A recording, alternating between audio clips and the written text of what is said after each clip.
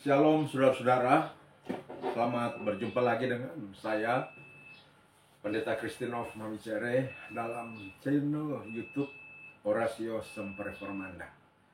Nah, kali ini kita akan memikirkan atau menelaah satu bagian Alkitab, dan ini hanya merupakan sebuah telaah sederhana saja. Bagian Alkitabnya ialah Kejadian 21 ayat 8 sampai 21. Sekali lagi, Kejadian 21 ayat 8 sampai 21. Dan ini adalah merupakan bagian Alkitab yang akan menjadi pembacaan dan pemberitaan firman Tuhan di Gereja Masih Injili di Minahasa pada tanggal 10 sampai 16 November 2024. Minggu 10 November sampai Sabtu 16 November 2024. Dan teks ini akan kita pikirkan dalam bingkai tema bangunlah, angkatlah anak itu dan bimbinglah dia.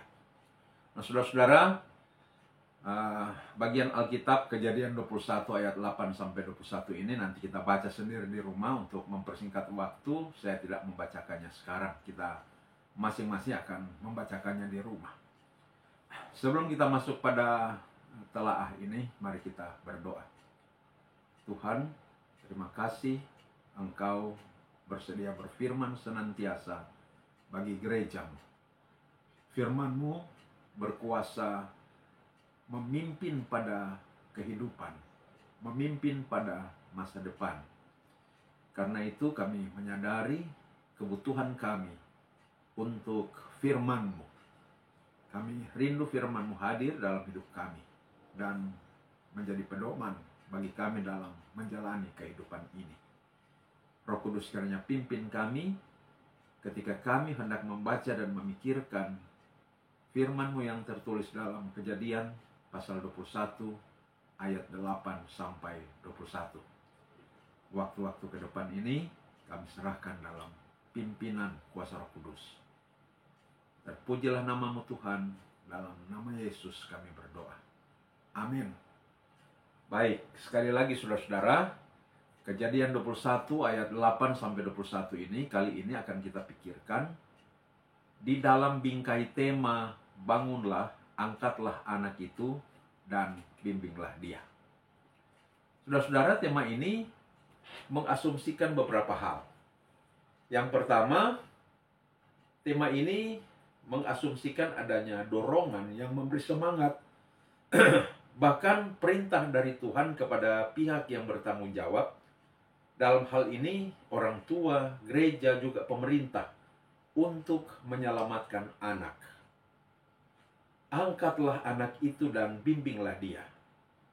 Nah, di sini kita pahami itu sebagai perintah dari Tuhan untuk menyelamatkan anak.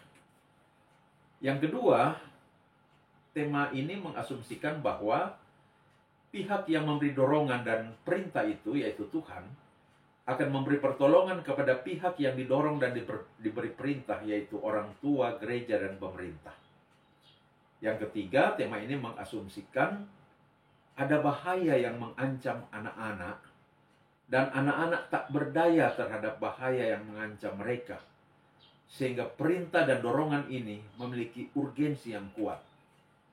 Yang keempat, tema ini mengasumsikan bahwa orang tua, gereja, dan pemerintah sepertinya kurang begitu peduli terhadap bahaya yang mengancam anak-anak, sehingga Tuhan harus memberikan dorongan dan perintah tersebut.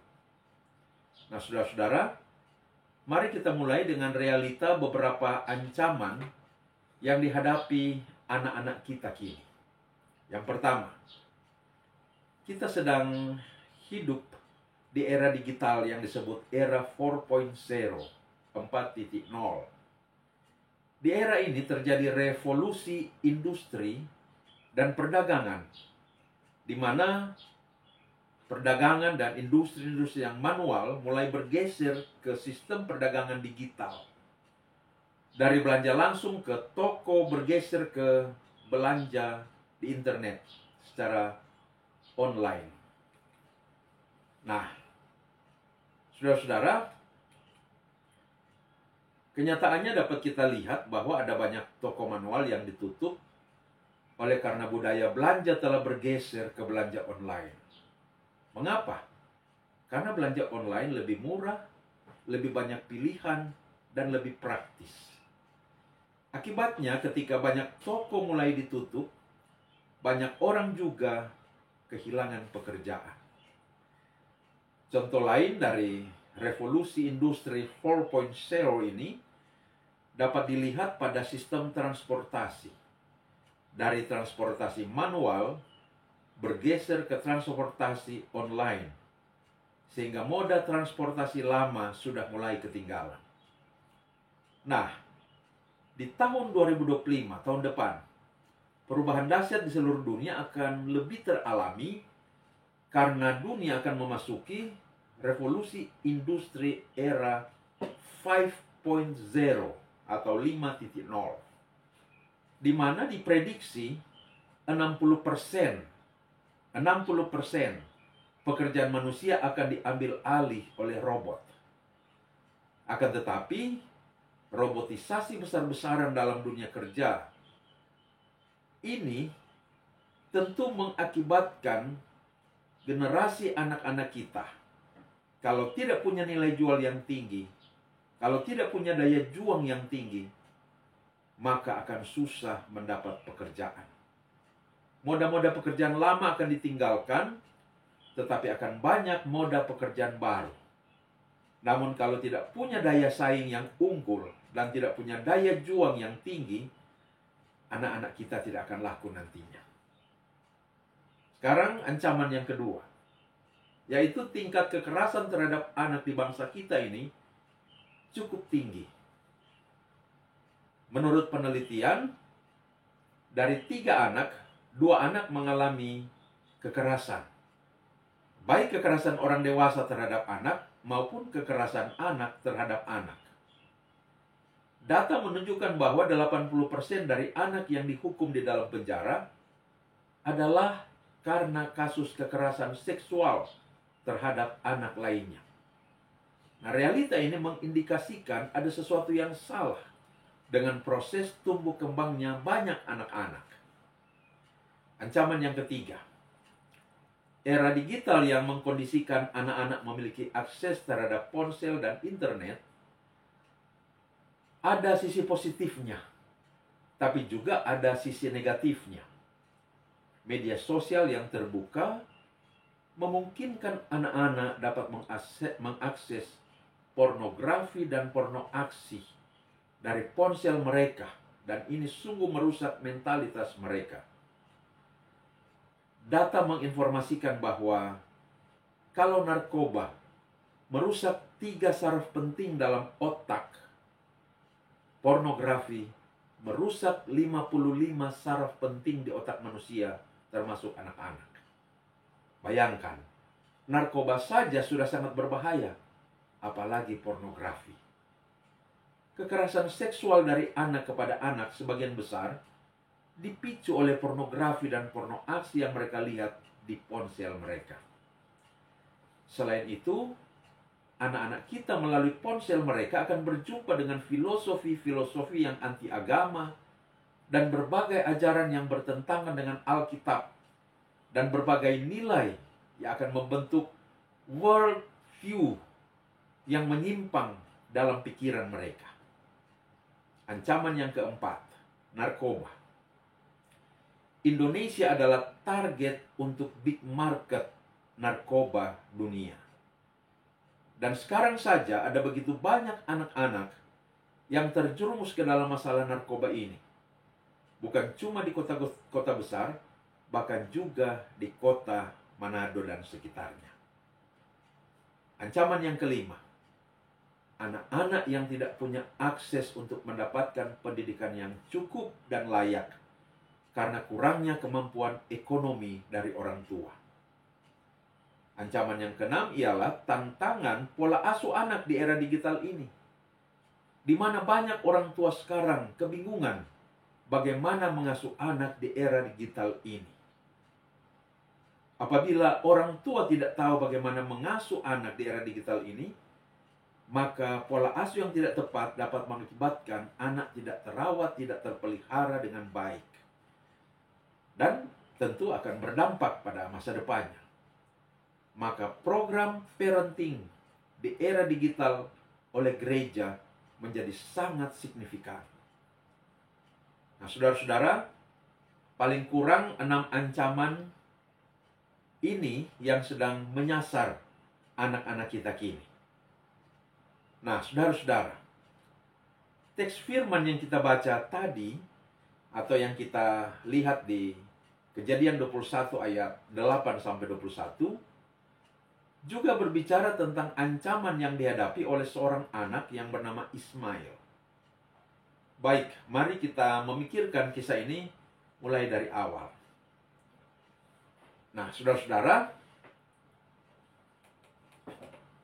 kisah tentang Hagar dan Ismail ini adalah bagian dari kisah besar tentang Abraham. Kisah besar tentang Abraham diawali dengan pemanggilan Abraham yang dicatat dalam kitab Kejadian pasal 12, di mana Abraham dipanggil oleh Tuhan untuk meninggalkan negerinya Ur Kasdim dan pergi ke suatu tempat yang akan ditunjukkan Tuhan Allah kepadanya. Abraham mengikuti panggilan Tuhan itu, meski dia tidak tahu kemana Tuhan akan membawanya. Ini mengindikasikan Abraham percaya kepada Tuhan. Dalam pemanggilan itu, Tuhan juga menjanjikan kepada Abraham keturunan yang akan membuat dia menjadi bangsa yang besar dan yang akan menjadi berkat bagi seluruh bangsa yang lain, sehingga semua kaum di muka bumi akan diberkati melalui keturunannya yang akan menjadi bangsa yang besar itu. Singkat cerita, saudara-saudara, pada Kejadian 16 dikisahkan tentang Sarah, istri Abraham, yang tidak sabar menanti janji Tuhan tentang pemberian keturunan yang sudah lama sekali mereka nantikan. Nah, dalam ketidaksabaran itu, Sarah berkata kepada Abraham, "Engkau tahu Tuhan tidak memberiku seorang anak. Karena itu ambillah hambaku itu supaya aku mendapatkan anak dari dia. Hambaku orang Mesir yang namanya Hagar ini." Pada waktu itu, saudara-saudara, budaya masyarakat kuno Mesopotamia memandang perempuan itu sebagai warga masyarakat kelas 2. Karena itu, apabila seorang laki-laki menikah dengan seorang perempuan dan istrinya itu tidak bisa memberikan anak pada suaminya, maka istrinya itu boleh meminjam rahim dari seorang budak miliknya agar dia memperoleh anak melalui rahim dari budaknya tadi. Dengan demikian, sang suami akan disuruh oleh istrinya untuk tidur dan berhubungan dengan budak perempuannya itu, agar budak itu bisa mengandung dan melahirkan anak bagi sang istri. Nah, inilah yang dilakukan oleh Sarah. Maka saat sang budak tadi melahirkan anak, budak itu harus menyerahkan anak itu pada nyonyanya, dan sang nyonya akan menerima anak itu sambil berkata, "Engkaulah anakku, pada hari ini aku memperanakkan engkau." Saat itu juga anak itu menjadi anak dari sang nyonya bersama suaminya. Nah, singkat cerita lagi, saudara-saudara, Hagar mengandung. Maka Sarah mendapatkan anak melalui Hagar bagi Abraham. Namun kita harus mengingat bahwa anak ini yang kemudian diberi nama Ismail bukanlah anak yang dijanjikan Allah kepada Abraham. Seiring dengan berjalannya waktu, akhirnya sesuai janji Tuhan, Sarah mengandung dan melahirkan anak yang diberi nama Ishak.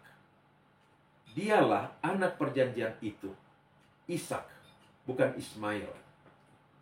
Nah, dalam tradisi masyarakat Mesopotamia kuno, jika sang nyonya yang sudah mempunyai anak melalui budak perempuannya itu ternyata kemudian mengandung dan melahirkan anak dari rahimnya sendiri, maka status sebagai pewaris berpindah ke anak kandung itu, namun anak yang diperoleh dari budaknya tetap akan mendapatkan warisan, walau tidak sebanyak atau sebesar warisan yang akan diterima oleh sang anak kandung.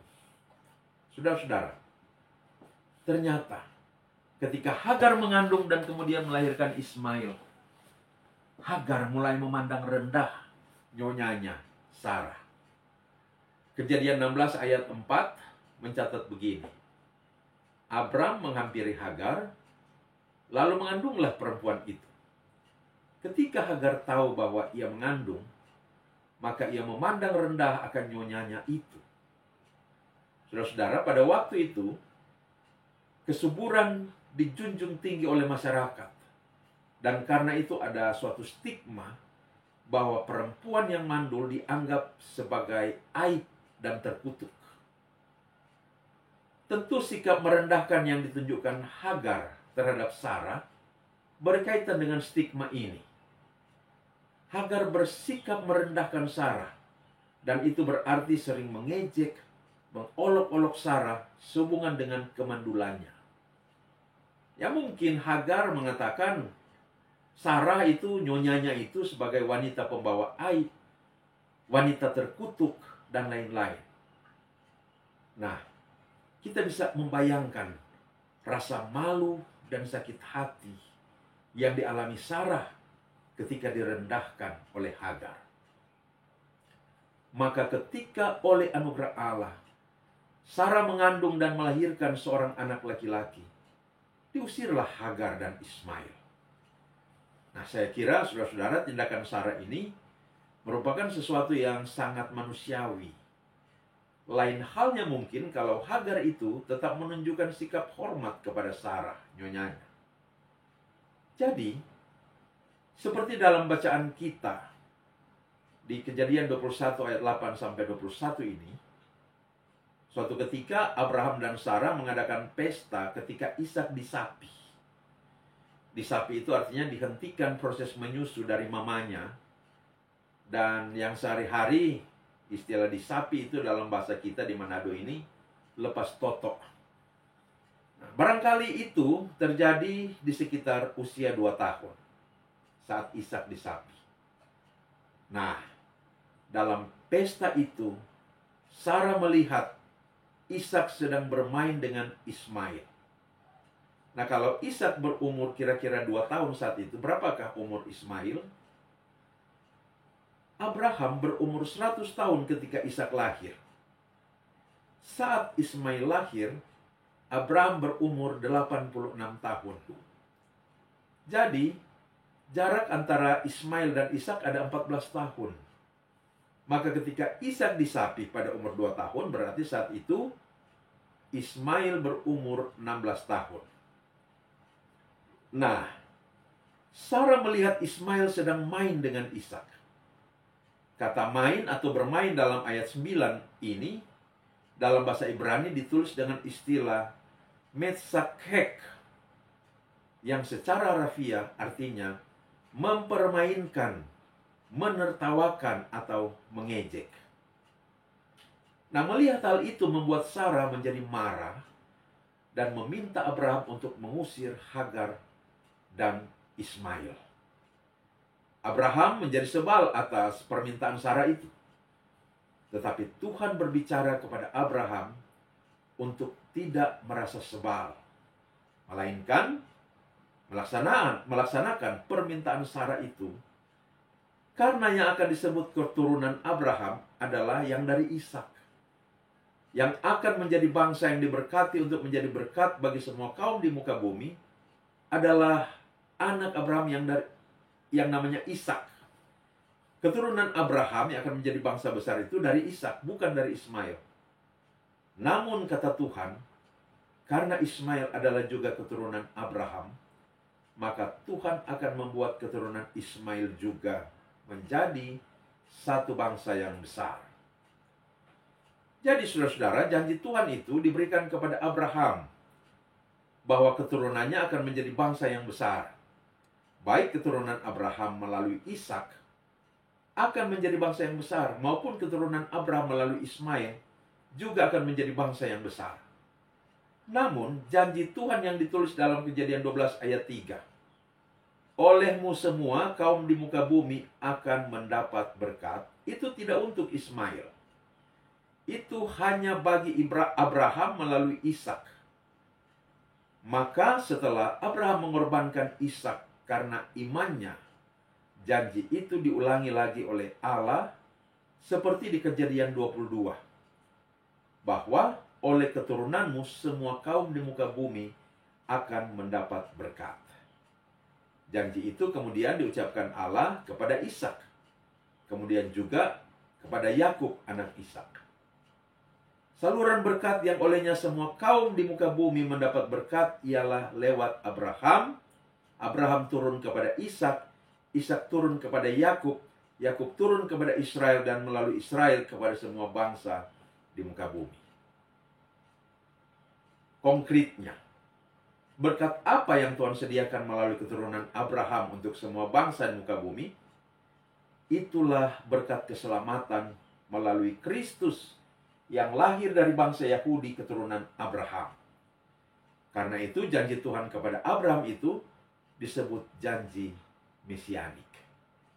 Saudara-saudara, maka keesokan harinya, pagi-pagi, Abraham mengambil roti serta sekirbat air dan memberikannya kepada Hagar. Kemudian disuruhnyalah Hagar dan Ismail pergi. Maka pergilah Hagar dan Ismail mengembara di padang gurun Berseba. Lalu pada ayat 15-20 dikisahkan bahwa ketika air yang dikirbat itu habis, dibuangnyalah anak itu ke bawah semak-semak, dan ia duduk agak jauh, kira-kira sepemanah jauhnya, sebab katanya, tidak tahan aku melihat anak itu mati. Sedang ia duduk di situ, menangislah ia dengan suara nyaring. Allah mendengar suara anak itu. Lalu malaikat Allah berseru dari langit kepada Hagar. Katanya kepadanya, apakah yang engkau susahkan, Hagar? Janganlah takut, sebab Allah telah mendengar suara anak itu dari tempat ia terbaring. Bangunlah, angkatlah anak itu dan bimbinglah dia, sebab aku akan membuat dia menjadi bangsa yang besar. Lalu Allah membuka mata Hagar sehingga ia melihat sebuah sumur. Ia pergi mengisi kirbatnya dengan air. Kemudian diberinya anak itu minum. Lalu Allah menyertai anak itu sehingga ia bertambah besar. Ia menetap di padang gurun dan menjadi seorang pemanah. Saudara-saudara, membaca ayat 15-20 ini, terbayang dalam benak kita bahwa sepertinya Hagar itu membuang seorang anak kecil ke semak-semak. Padahal bukankah saat itu Ismail sudah berumur 16 tahun? Dengan demikian, kita boleh membayangkan bahwa mereka sudah berhari-hari di padang gurun dengan keadaan kehabisan air. Lalu Ismail yang sudah berumur 16 tahun itu telah mengalami dehidrasi, menjadi sangat lemah dan tak dapat berjalan lagi. Sehingga Hagar yang kondisinya saat itu masih cukup kuat meletakkan Ismail di semak-semak. Dan dia mengambil posisi yang agak jauh dari Ismail sambil menangis. Lalu Allah berbicara kepada Hagar, apakah yang engkau susahkan, Hagar? Janganlah takut, sebab Allah telah mendengar suara anak itu dari tempat ia terbaring. Bangunlah, angkatlah anak itu dan bimbinglah dia, sebab aku akan membuat dia menjadi bangsa yang besar. Lalu Allah membuka mata Hagar, sehingga ia melihat sebuah sumur. Ia pergi mengisi kirbatnya dengan air, kemudian diberi anak itu minum. Saudara-saudara, seorang anak bernama Ismail terancam hidupnya karena ketidakberdayaan mamanya.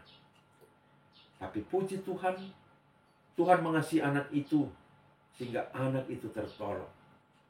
Pertolongan Tuhan kepada Ismail diberikan melalui kuasanya yang menyediakan air, menyediakan kehidupan, tetapi juga diberikan melalui sang mama. Kepada sang mama Tuhan berkata, bangunlah, angkatlah anak itu, dan bimbinglah dia. Bangunlah dari keterpurukanmu. Bangunlah dari ketakberdayaanmu. Bangunlah dari kelemahanmu. Angkatlah anak itu. Angkatlah dia dari kelemahan dan ketakberdayaannya. Dan bimbinglah dia. Bimbinglah dia menuju ke air di sumur itu. Bimbinglah dia ke air kehidupan. Bimbinglah dia ke masa depan yang cerah. Saudara-saudara, perintah Allah kepada Hagar ini adalah juga perintah kepada setiap orang tua, juga perintah kepada gereja. Sekarang saya akan mengajak kita untuk memikirkan perintah Tuhan kepada Hagar ini sebagai perintah kepada gereja.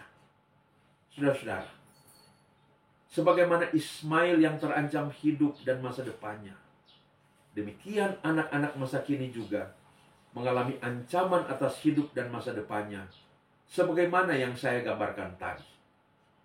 Maka gereja dipanggil untuk peduli terhadap anak dan menolong anak untuk bebas dari semua ancaman, agar setiap anak memiliki masa depan yang cerah. Gereja yang peduli anak itu, itulah juga yang kini disebut dengan kosakata gereja yang ramah anak.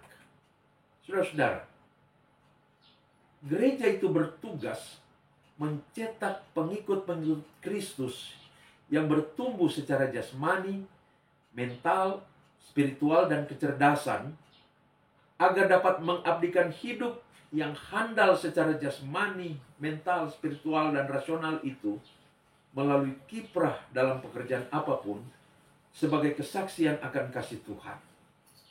Maka tugas gereja mencetak pengikut-pengikut Kristus yang handal seperti itu harus dimulai dari anak-anak. Saudara-saudara, sebagaimana Ismail yang terancam hidup dan masa depannya, demikian pula anak-anak kini terancam hidup dan masa depannya, maka gereja harus memberikan perlindungan. Maka menjadi pertanyaan evaluatif kepada kita sekarang sebagai gereja ialah, apa benar kita sebagai gereja sudah memberi bekal yang cukup dan ideal kepada anak-anak kita, supaya mereka menjadi orang-orang beriman dewasa, yang nantinya mereka sehat, memiliki mental takut akan Tuhan, yang memiliki kerohanian dan karakter yang bagus seperti teladan Kristus, serta pengetahuan dan keahlian yang cukup. Kita ingin anak-anak kita bertumbuh dan berkembang menurut gambar dan rupa Allah, di mana setiap anak itu adalah berharga, bermartabat, dan berpotensi. Kehidupan manusia itu, saudara-saudara, ibarat tunas pohon yang memerlukan pemeliharaan dan perhatian yang cukup. Tunas pohon itu harus dirawat dengan baik, disiram dan diberi pupuk sesuai waktu. Bila demikian, maka tunas itu akan bertumbuh menjadi pohon yang menghasilkan buah seperti yang diharapkan. Bila tidak dirawat dengan baik, tunas itu pasti bermasalah dan tidak menghasilkan buah seperti yang diharapkan. Demikian pula dengan pertumbuhan anak-anak kita. Anak-anak kita berhak mendapatkan perhatian dan perawatan. Mereka berhak untuk bahagia dan merasa aman. Tetapi kenyataannya tidak semua anak mendapatkan itu.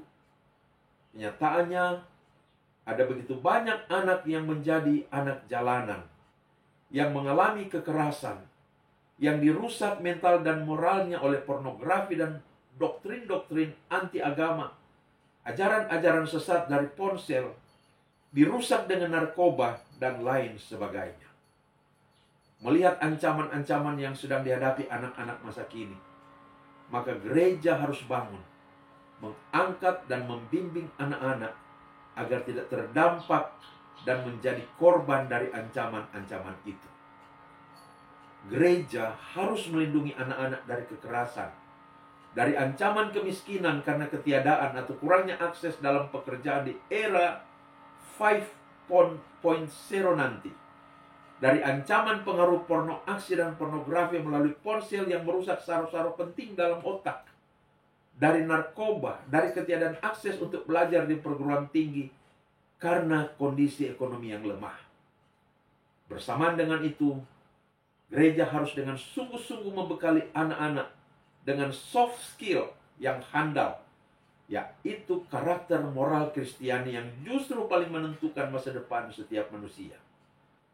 Kita perlu menyadari bahwa keberhasilan seseorang di masa depan 70% ditentukan oleh soft skill, yaitu moral karakter yang baik, yang handal, dan 30%-nya ditentukan oleh keahlian atau kecakapan atau yang disebut hard skill.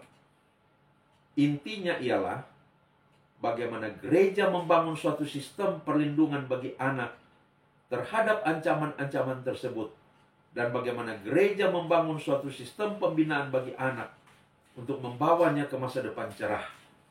Inilah yang dimaksud dengan gereja ramah anak. Kita berharap gereja boleh menjadi gereja ramah anak dan bisa menjadi partner keluarga dalam membesarkan anak.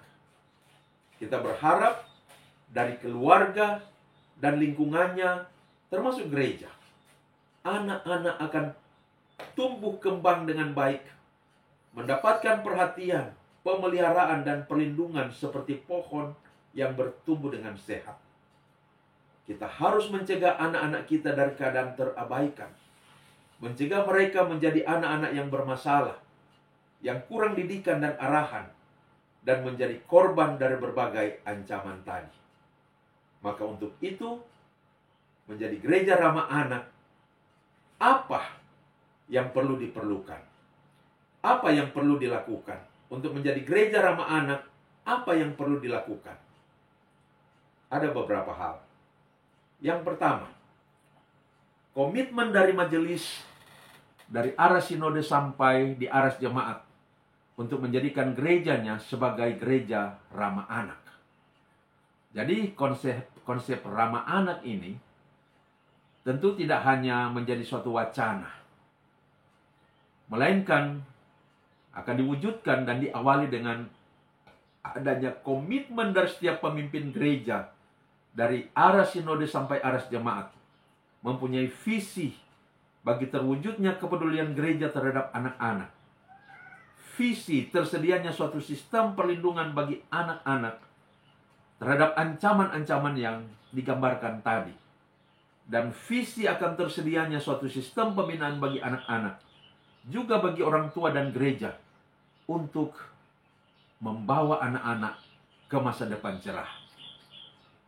Yang kedua, membentuk tim kerja pelayanan ramah anak di sinode wilayah dan jemaat. Yang ketiga, tim kerja menyusun program ramah anak yang meliputi: pertama, program-program perlindungan anak dari berbagai ancaman.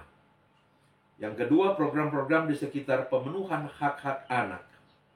Yang ketiga, program-program pembinaan anak. Yang keempat, program-program pembinaan orang tua yang memiliki anak sampai usia 17 tahun. Yang kelima, program-program di sekitar pengadaan sarana-prasarana yang dibutuhkan untuk pelayanan ramah anak. Yang keenam, program pengembangan jaringan kemitraan dengan pemerintah dan swasta di bidang pengembangan anak. Yang ketujuh, penyusunan anggaran untuk seluruh program.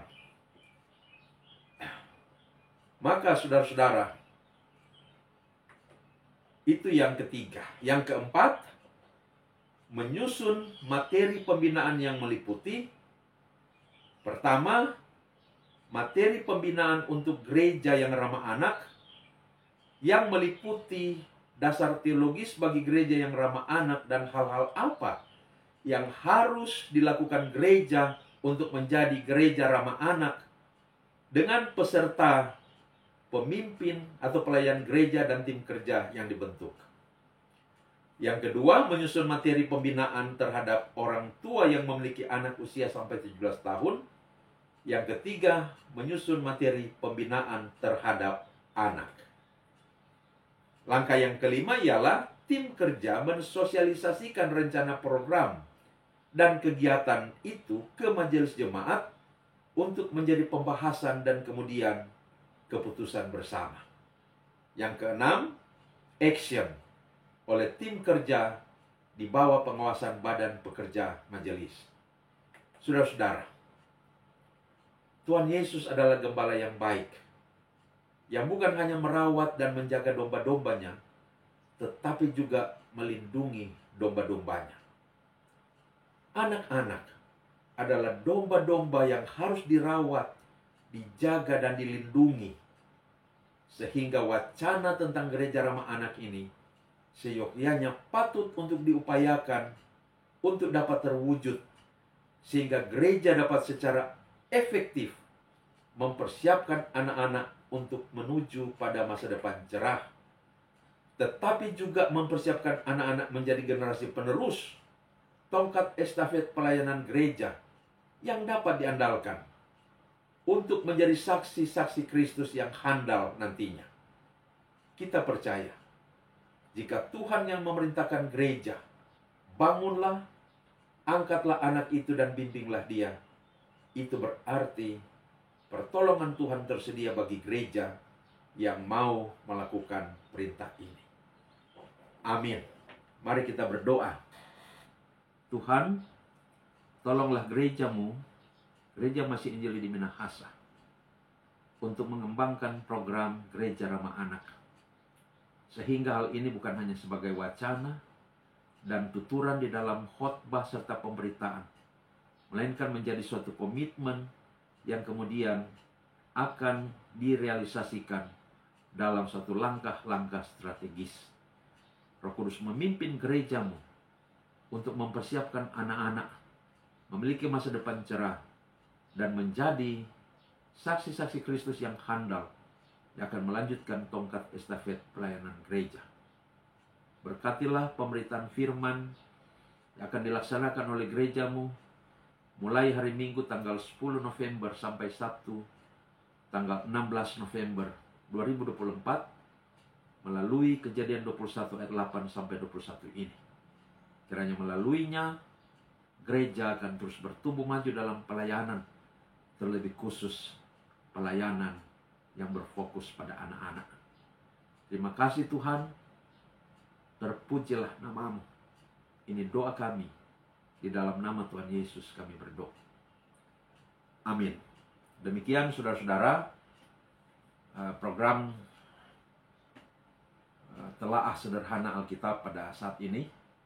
Sampai kita berjumpa pada kesempatan yang akan datang. Tuhan memberkati kita semua. Shalom.